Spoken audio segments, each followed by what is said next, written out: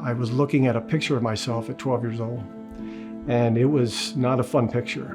My hair's all long at the time, and I had puffy eyes. I had puffy eyes because it was my 12th birthday, and nobody showed up.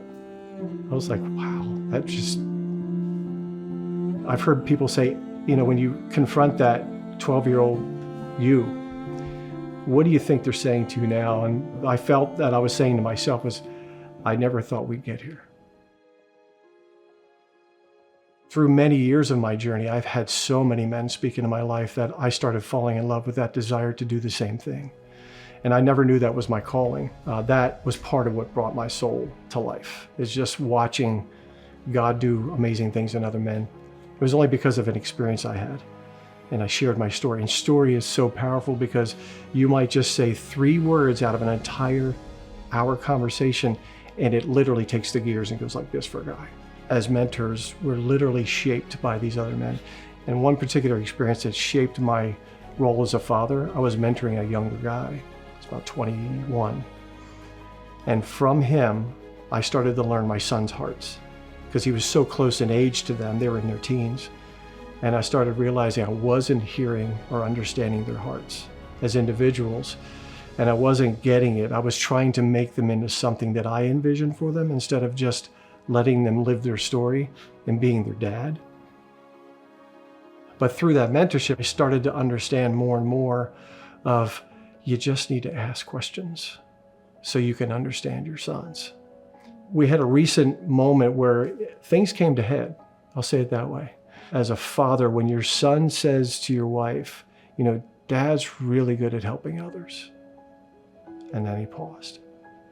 And it was one of those moments, my own son at 20 made a gear click. But he's not the best at helping himself. And I was able to finish that sentence. And it comes back to a song, it's called Band of Sons. And there's just that line in there that says, sometimes kings have to learn to follow again. God used my son to allow a gear to click and the sun to come up over the tree to say, this is a new beginning, and I need you to follow again. So I have men in my life. I have mentors in my life. And I have a therapist. And the cool part is he's a cool therapist, you know what I mean? And when people say about therapy, it's like, oh, that's just weird. No, it's amazing because you start remembering things that you should have remembered before. One of the biggest things about mentorships that I've learned over the years is that mentorship will, through a mentor will see things that you do not. If you are dedicated to a mentorship relationship and you get to know each other, he's going to see things that you don't see because he's experienced other things. He'll hear words that you normally say, but you don't really realize what you're saying until he hears it. So that's the other thing about Men of Iron. It's strategic, but it's relationship built. Big difference between just a curriculum. Big difference between just a 6-week experience, which those are really good. But mentorship has so much more to offer if you really have a plan and you have a relationship. I wish I literally would have taken all the things that I've learned through Men of Iron and applied it earlier. But that's not a waste. But for such a time as this, it clicked.